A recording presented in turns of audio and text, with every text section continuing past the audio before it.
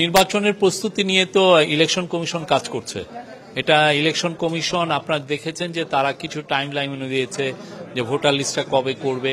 এটা না অনেক বড় একটা প্রিপারেশনের বিষয়। আর একটা হচ্ছে যে প্রিপারেশনগুলোও কেমন হবে সেটা অনেকটা ডিপেন্ড করতেছে হচ্ছে রিফর্মগুলোর উপরে। কনস্টিটিউশনাল রিফর্মের কথা আসছে, পুলিশের রিফর্মের কথা আসছে, আপনার জুডিশিয়ারি রিফর্মের কথা আসছে, সিভিল ব্যুরোক্রেসি রিফর্মের কথা আসছে, ইলেকশন কমিশন রিফর্মের কথা আসছে। এই রিফর্মগুলোর অনেকগুলোই আছে যে আপনার মাঠ পর্যায়ে ইলেকশনটাকে ইম্প্যাক্ট করবে। আমি ইলেকশনটা কেমনে করব সেটা, ফলে আপনি অনেকে ভাবছেন যে ইলেকশনটা খুব দ্রুত করা সম্ভব, কিন্তু আমরা যদি আগে সবাই মিলে না ডিসাইড করি পলিটিক্যাল পার্টিগুলো যে কি পরিমাণ রিফর্ম করবে, সেটার আগে তো সত্যিকার অর্থে কবে ইলেকশন হবে এটা ডিসাইড করাই টাফ। না এক একটা রিফর্মের উপর দেখা যাচ্ছে টাইম লাইনটা। আপনি বলছেন যে না, যদি কেউ বলে ফেলে যে এই ইয়েতে যে না প্রেসিডেন্সিয়াল ইলেকশনটা আগে হবে বা স্থানীয় ইলেকশনটা আসবে, সেগুলোর ক্ষেত্রে তো একটা ডিফারেন্ট টাইপের মানে প্রস্তুতি দরকার হয়।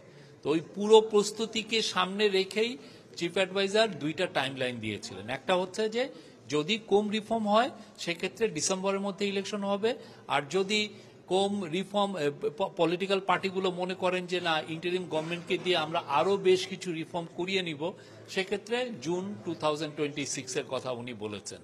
এবং এটা সত্যিকার অর্থে খুব বেশি টাইম যে আমরা নিচ্ছি তাও তো না, এটা খুবই একটা যুক্তিযুক্ত একটা টাইমের কথা চিফ অ্যাডভাইজার বলেছেন। আপনার মনে রাখতে হবে যে এই গভর্নমেন্টে যারা আছেন তাদের কারোরই এই পাওয়ারের প্রতি লোভ নাই।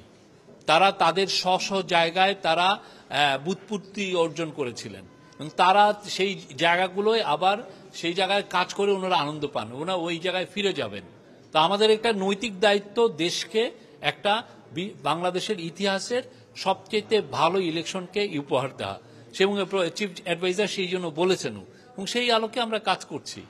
এবং আমরা আশা করি বাংলাদেশের যে ইলেকশনটা হবে সামনে, ইলেকশন রিফর্মগুলো করা যেগুলো খুব দরকারি রিফর্ম, সেগুলো করার পরে সেটা বাংলাদেশের একটা ঐতিহাসিক ইলেকশন হবে এবং বাংলাদেশের মানুষ যারা গত 15 বছর ভোট দিতে পারেন নাই, তারা সবাই আনন্দের সাথে খুব উৎসব মুখর পরিবেশে ভোট দিবেন এবং তাদের যেটা পছন্দের পার্টি তাদেরকে ইলেক্ট করবেন।